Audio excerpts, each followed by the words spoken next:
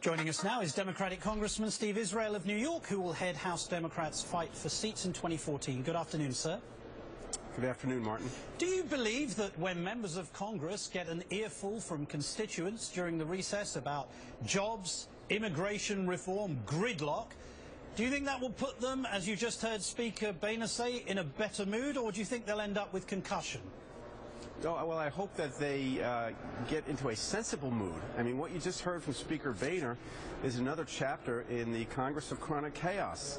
And by the way, this obstructionism and the gridlock and the inability to govern, it's not just process, it's hurting our economy.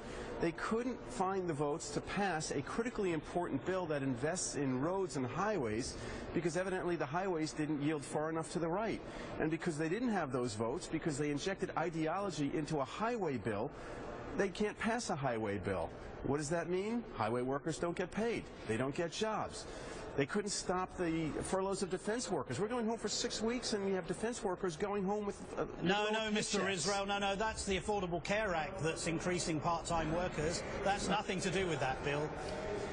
Well, look, they could repeal the Affordable Care Act 40 times. They could repeal it 50 times. We're going to focus on getting it fixed in order to move our economy forward while they're talking about trying to repeal it and putting health insurance companies back in charge of Americans' health care. Well, look, the bill that failed would fund the HUD and, as you say, the transportation departments. Correct. But wasn't that failure an implicit repudiation of the Paul Ryan budget? Because it seemed that once dollar values were attached to the cuts, suddenly even some Republicans began to faint and fall over.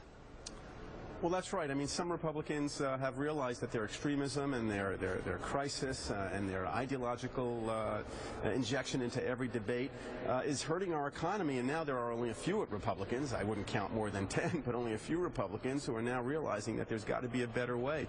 I hope when they go home in August and have to defend the indefensible and explain to their constituents why they haven't been able to pass bills to invest on our economy, why they haven't been able to pass legislation to help create jobs and help small businesses, why they've been focused on extremism and ideology. I hope when they hear that people are sick and tired of ideology and want solutions, that they come back to Washington in September and join Democrats in rolling up our sleeves and getting things done for this economy. Good luck with that, sir. Now, I mentioned immigration earlier. Today, about 40 people were arrested in Washington at a rally supporting immigration reform and protesting GOP obstruction on the issue.